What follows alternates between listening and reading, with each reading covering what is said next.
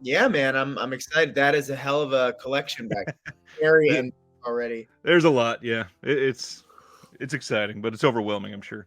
I dig it. It probably makes like watching movies feel like, church like. Just like I'm gonna it's sacred. I'm gonna take it out of its case. I'm gonna pop it in, get to enjoy it.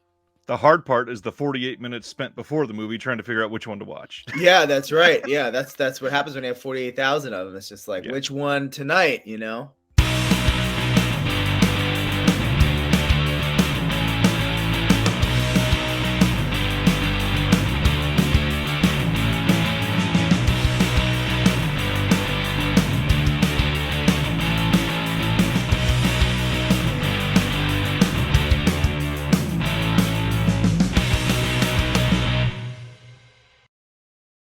Cool. Hello there, and welcome back to The Disconnected. I am here with Josh Ruben, who is the star of the recent A Wounded Fawn that just dropped on Shudder, but has all kinds of other stuff under his belt. We're going to talk about as many of them as we possibly can. Josh, thanks for coming on today. Thanks for having me, man. So first of all, how's this whole voluntary podcast tour that you're on? You should be coming to the end of it soon, right? I have a full week of like 4 to 5 a day coming up. But the first leg was amazing. I mean, everybody's asked such insightful, specific questions, and there hasn't been that much overlap, which is kind of crazy. Nice. So I'm eager to see what's in store for this coming week. It's also kind of been an amazing character study, just of the different swath of interviews and types of questions, but types of people. And so Right. I'm definitely clocking just like, wow, the personalities across the spectrum of this industry, so to speak, is really, really fascinating. Just as like a comedian observationist, I'm just kind of like, wow, yeah, they're a really great way to meet people. You know what I mean? Just kind of see That's like, true. wow, it's yeah. While I'm sitting at home in my pajamas writing shit, it's like, oh, it feels like I'm out meeting people, but I'm really just here. And what a swath of personalities I've met. It's been pretty cool. And it's the cool thing about stuff like this is it makes the world feel that much smaller because some of these Yeah, people would never have the opportunity to make acquaintances like this, and it's nice to be able to yeah. share your viewpoint across this spectrum because there's a lot out there. Yeah, yeah, and I feel like it's the lines are blurred. It seems to become negligible at some point where it's like, talk to the LA Times, there's not everybody reads, Right. or you talk to an obscure publication, not everyone might listen to, but there's a coalescence, a Venn diagram kind of element to it where it's like it's at some point people are going to end up hearing one over the other, or could end up listening to that obscure show more than say they would have heard or read about it on a newspaper they don't subscribe to or otherwise. Or Exactly. yeah, exactly. So it's cool.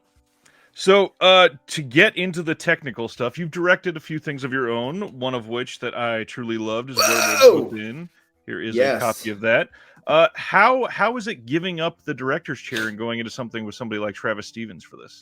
It was great because as a filmmaker, going back to acting, I mean, I started as an actor. I get to then archive how a filmmaker like Travis, or really any director, talks to their crew or talks Right. to their actors or orchestrates and conducts. I think that's why directors love talking to other directors, is because what we do is so absolutely insane and very, very difficult, and it requires such a privileged set of skills amassed over the years, if you're lucky enough to be able to amass those skills over the Right. years without anybody kind of recognizing it. So for me it was great. And it's like I sort of get to take a seat back and exercise a different part of my toolbox. But I also get to learn from others and adopt what sort of I'd like to bring on to the next project as a filmmaker.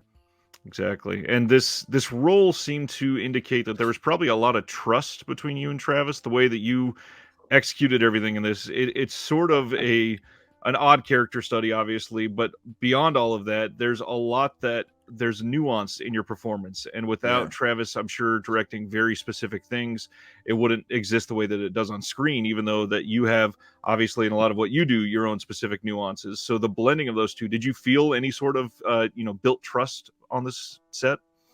That's an awesome question. Like I was saying before, there's not much overlap with the questions on my like indie press tour. There was an inherent trust there. I mean, he's a seasoned filmmaker and Right. producer, so I knew that I'd kind of be taken care of.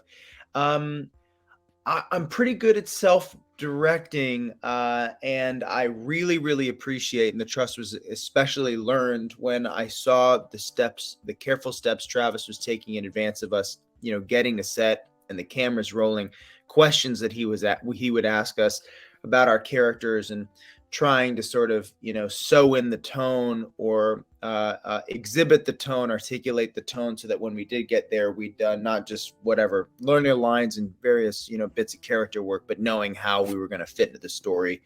So yeah, that definitely existed and was super valuable and was such an excellent part of the process. What you really want in a filmmaker, which Travis did, is to make sure that he catches you so that you're acting within the confines of the tableau that he's kind of painting, right? And Right.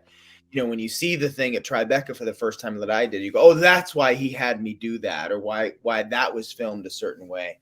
The nightmare scenario for me, regardless of how good you are, how great a performance you kind of deliver, is then that the technical piece of it won't get supplemented or won't be as supported. But in this case, it absolutely was, which was such a joy to see how it all came together. Speaking of that, what did you feel the first time you watched it? Other than, obviously the pride of your performance, but do you feel like the story was effective for you watching it for the first time? The story was immensely effective. The film stock was that was the most exciting part to me, beyond how the visuals and how Val's score, he's our brilliant Yeah. composer, how that kind of translated. The very first time, to be totally honest, I turned to my wife and I was like, I'm dog shit, right? This is terrible. Like the performance, I wouldn't cast me. Right. And she was like, you're crazy. That's just how I am when I see myself for the first time, especially, or see performances. I see all the kind of imperfections. Take with that what you will. But yeah, I was overwhelmingly, especially with each version of the film that I saw, because Tribeca was one sort of sound design and color pass, and Fantastic Fest, especially at that theater at the Alamo. It's just, that sound system is crazy. It looked even better. It sounded incredible. That's the one where it sort of like clicked in, like, oh shit, no, this is a wholly visionary, very different kind of film. I think it's going to have a nice life. Watching this, I was very, very impressed with the fact that it was shot on film. It was shot in film in a way that was done to look like the 70s and have that thematic feel. And watching with my wife, she looked at me and said, why does this look so different than some of the other newer movies that we watch? And I had to explain the technical side of her. That alone, that educational side, are you getting this this feeling that maybe some other people might view this and say, hey, maybe I'm a little inspired and I'll shoot my next feature on film?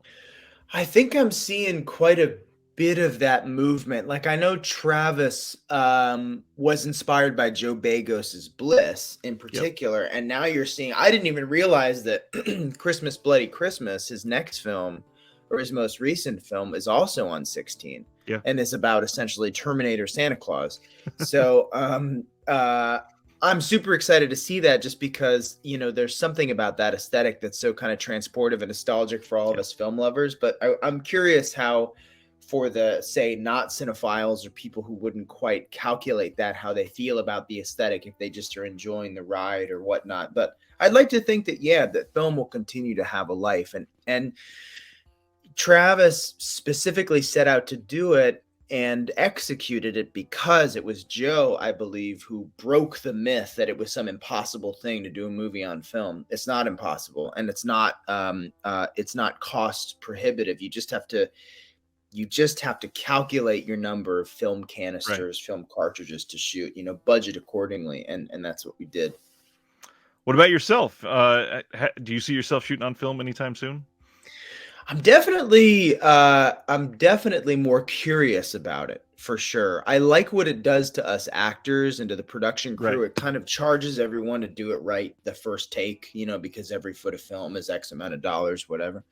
In a different kind of sense that, time is money when you're shooting digitally. But yeah, I don't know for sure. I think I would if if the film required it, if it felt like that would assist the film in some way. In an instance like this, it made total sense because it's a Giallo kind of homage. It's a Sam Raimi homage in a way. But I'm definitely my interest is piqued for sure. Speaking of Giallo, any certain Giallo films that while shooting this you were hearkening back to for yourself personally that you seem to appreciate from viewing in past years? I am such a newcomer to that whole subset of horror films, to the Italian filmography, to Argento and what's it, Deodato and Fulci and all them. Yeah. I think I remember the one that stuck with me as a kid, and I'm sure I've seen more, was Phenomena, originally Creepers with Jennifer Connelly. I think that one is phenomenal. Just the fact that it gets away with so much and there's such a scope to it really stuck with me. There were images that will stay with you forever, as with most of those films, but there wasn't one specifically I was thinking of. I maybe because it's just not within my, I'm more of like a Batman Returns and Weekend at Bernie's kid than I am a Italian horror cinemaphile. But now I'm more, I think, dug in and excited about going back and watching and appreciating them in the way that, I don't know, Travis might go into the Severin Films vault and, get it's all stoked on. Yeah, Travis's episode on that was pretty great. And speaking of Travis, he also directed Jacob's Wife, which also had your co-star Sarah Lind in it. And how was it working with her? Because without the two leads having this great chemistry, this really would not have worked the way that it did. Someone said the other day, they were like, I really loved that they didn't have chemistry, talking about the characters. Which is a testament to how great our chemistry was. I mean, she's phenomenal. Like the only thing the best thing you can kind of dream of, which is what I was so excited about my first film, like Scare Me was essentially a black box theater play.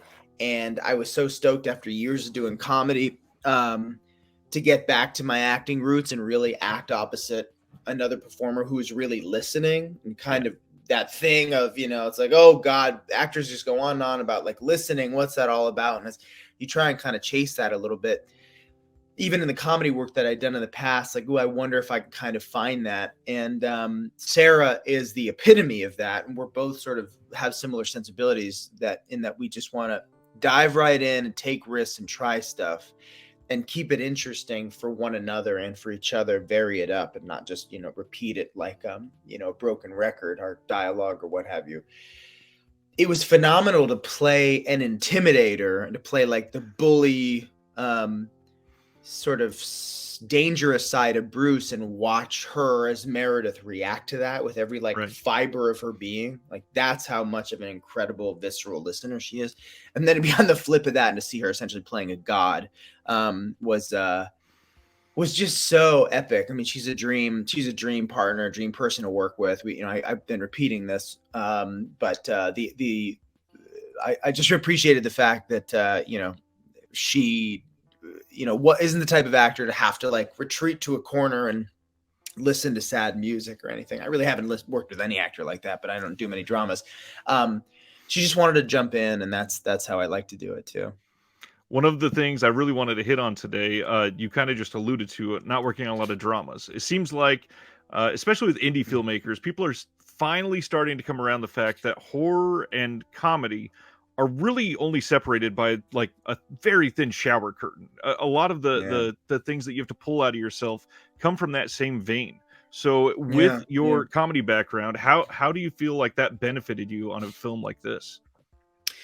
Oh, just because we're boundary pushers and risk takers, and comedians are typically great observationalists. So we're ones to find some personality and skewer them through, say, mockery or mimic or other or other means. And that was what was so cool about playing Bruce, is it's like, you know, the type of narcissistic bastard I'm so excited to rake over the coals, especially after like the past, you know, several years of presidency and types of personalities and such, you know, we're all so excited to skewer.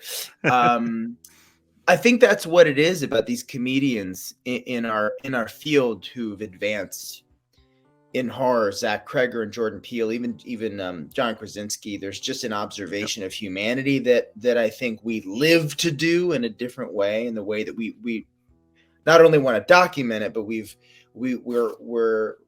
played it. We've actually embodied those types of characters and skewered them, held a mirror up to them, that kind of thing. Yeah, it's a fascinating subject. I love kind of digging into what it is about the parallels, and there's so much more to be said. But you know, to that end, I think that's why us comics might be effective, you know, filmmakers to that degree. Absolutely. Why the comedy's so important. Yeah. And especially with your background, somebody that's broken their back to produce some of these shorts, and you know, your work with Dropout, where they started with, you know, such a little bit, and they've really gotten popular, especially with Sam doing all the TikTok videos and all that. It's crazy. Wild how many people are finding Dropout nowadays. But with those, you were originally forced to have this tiny budget, which it seems like it really leads to this massive amount of creativity. Can you share anything where on your sets you feel like, because you were so stuck with how little you could actually spend, it brought out an incredibly fascinating project? Because I feel like Werewolves Within is kind of like the definition of that to me. Yeah, and thank you.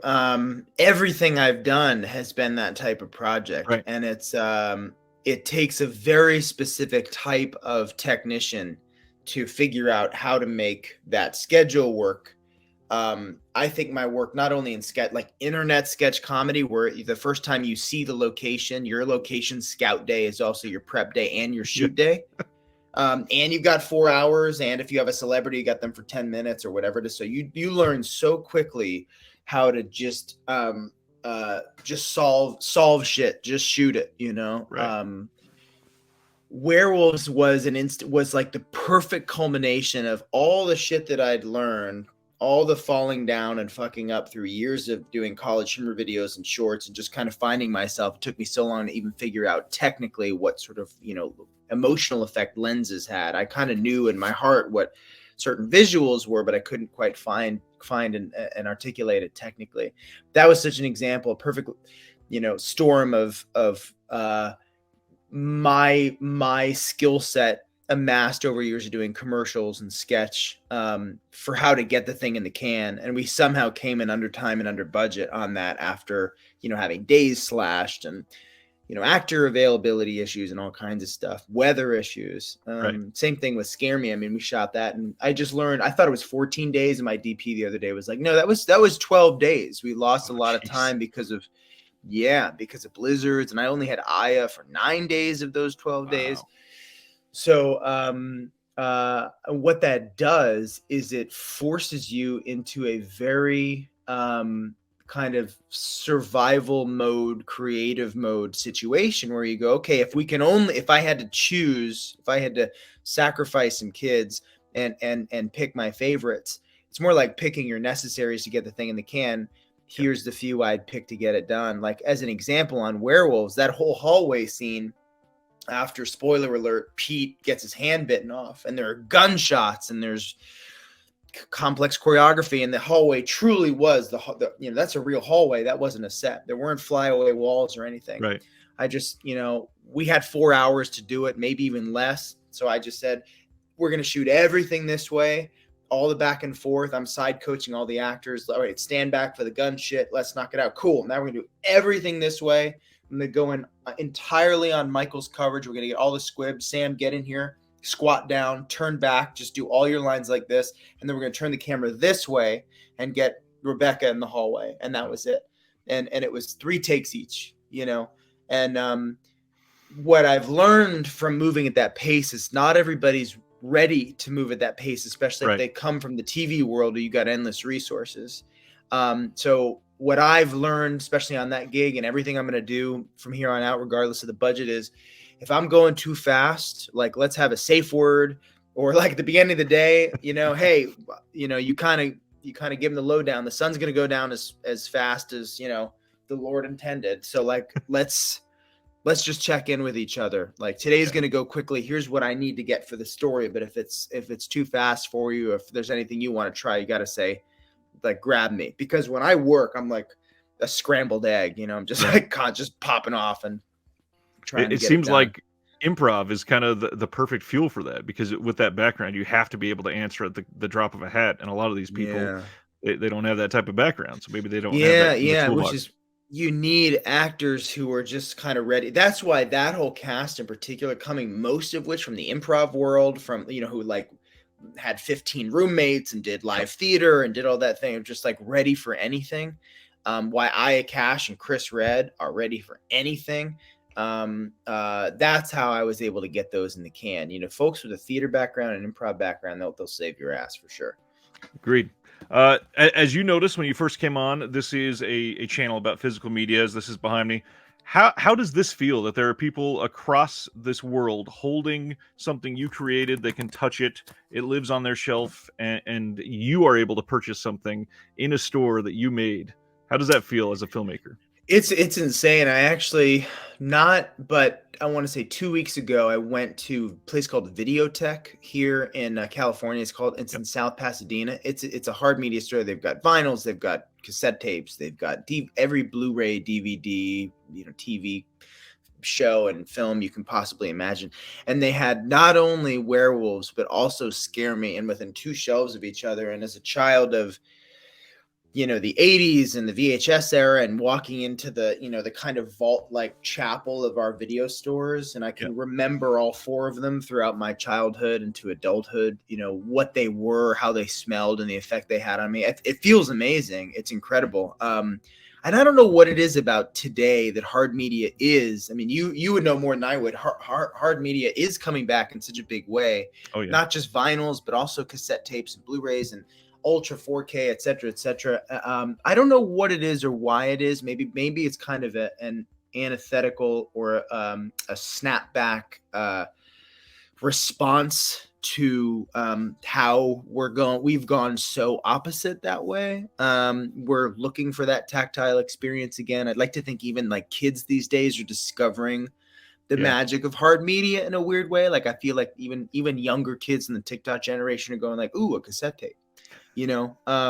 True. I'm curious. I don't know. I'm curious from your perspective what your take is on that, just being a collector. But do you have a sense of like what that is and why that is?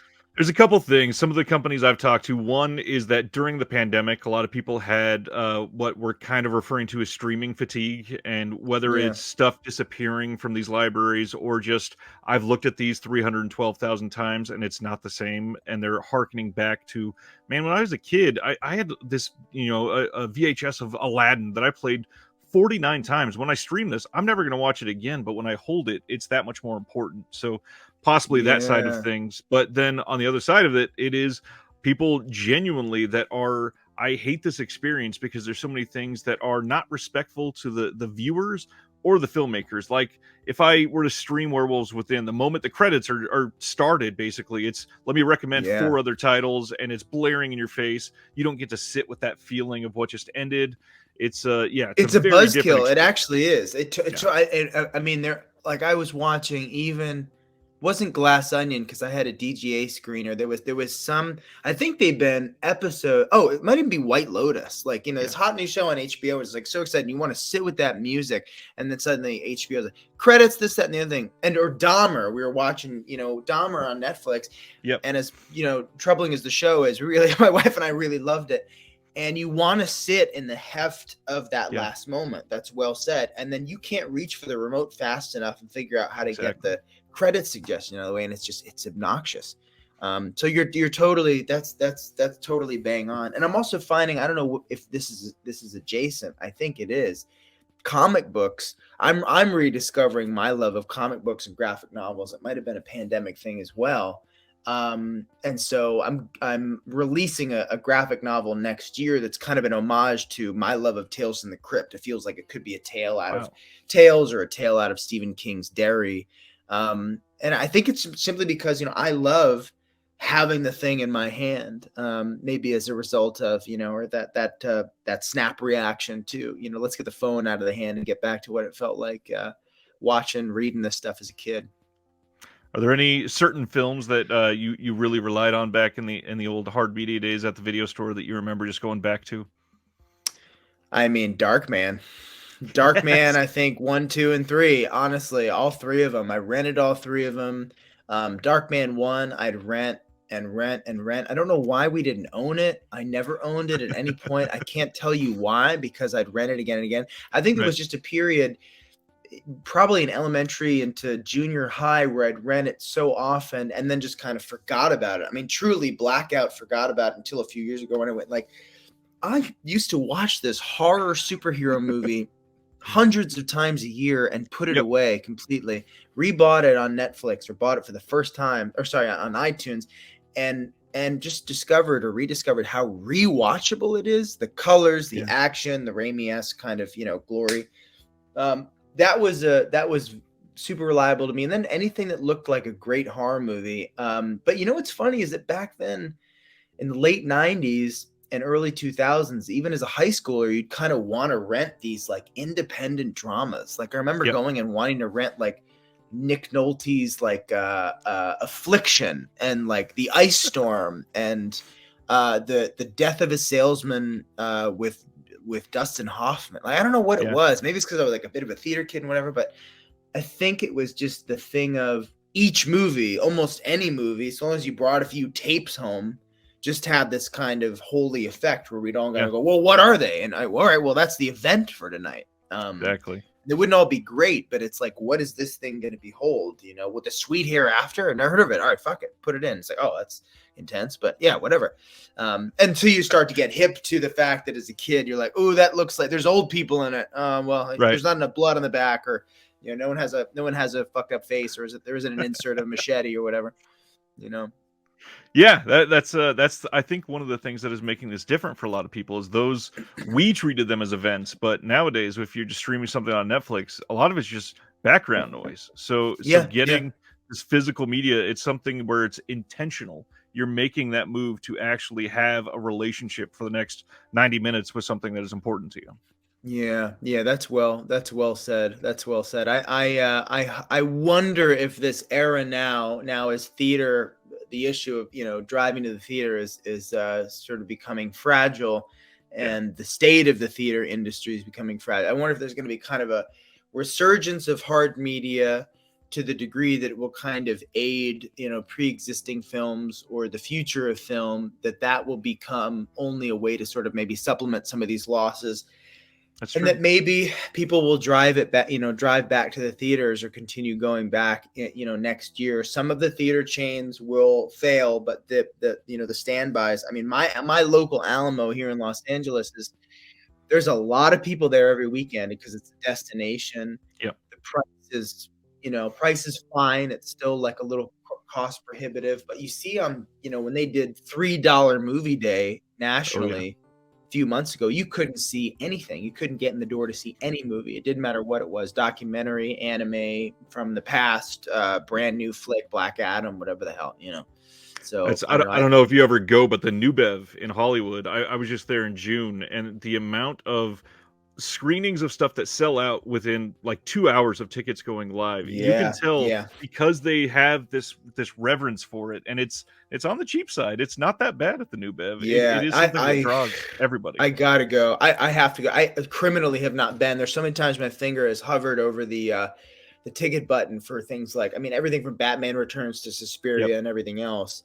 But I will. I think it's because it's like the parking. Where do you go? But there is a spot. They talk about it on the website. They're like, just go up the street. That's the kind of thing that excites me. I think there's another place called Brain Dead Studios, I want to say, here in LA with it. It's like an obscure movie theater. The boutique movie theaters will sell out. There was a Friday the 13th on 35 mil, part 3 on 35 mil, full on 3D, gave you the glasses and everything else. Looked incredible. Brian Fuller was there and some of the original cast, and it was an event completely sold out. Like that stuff's really exciting, and I'd like to think that it's not just places like here in LA that if those types of events happened elsewhere in our country, that people would go, and I think they will. It's great to follow the mom and pop video stores. There's one even I'd like to shout out to Tinker Street Theater in Woodstock, New York. The management that's taken over Tinker Street Theater in our tiny town, our tiny theater, the curation is out of control, and Nice. I think they're selling out, pretty frequently. It's really incredible with that. Like they're showing Critters and Vampiros Lesbos and all then they'll show Elf and Batman and it's pretty rad. A friend of mine who's also a comedian, he met you a couple months ago at Beyond Fest, I believe. He goes to the New Bev freaking church. Every single month they do. It's usually 4 or 5 films where it's an unknown horror marathon where you sign up and then they just play it for the next 9 hours, and it sounds incredible. So yeah, Wow. He's loved everyone he's gone to. I would recommend that. That sounds incredible. Yeah, I'm gonna look that up. If there's a membership program or something, maybe that's what I should sign up for. God bless Quentin for doubling down on it. Josh, I want to be respectful of your time. Thank you for coming on here today. This has been amazing. I'm so glad that you were able to break through with the Wounded Fawn and Werewolves Within and Scare Me and everything else. I can't wait to see what's next. Thank you, Ryan. Me too. I hope I do my fans well. We'll see. You're doing great, and can't wait for the next episode of Game Changer with you. Thank you very much, sir. Appreciate it. Have a good afternoon. All right, you too. Thanks for having me, man.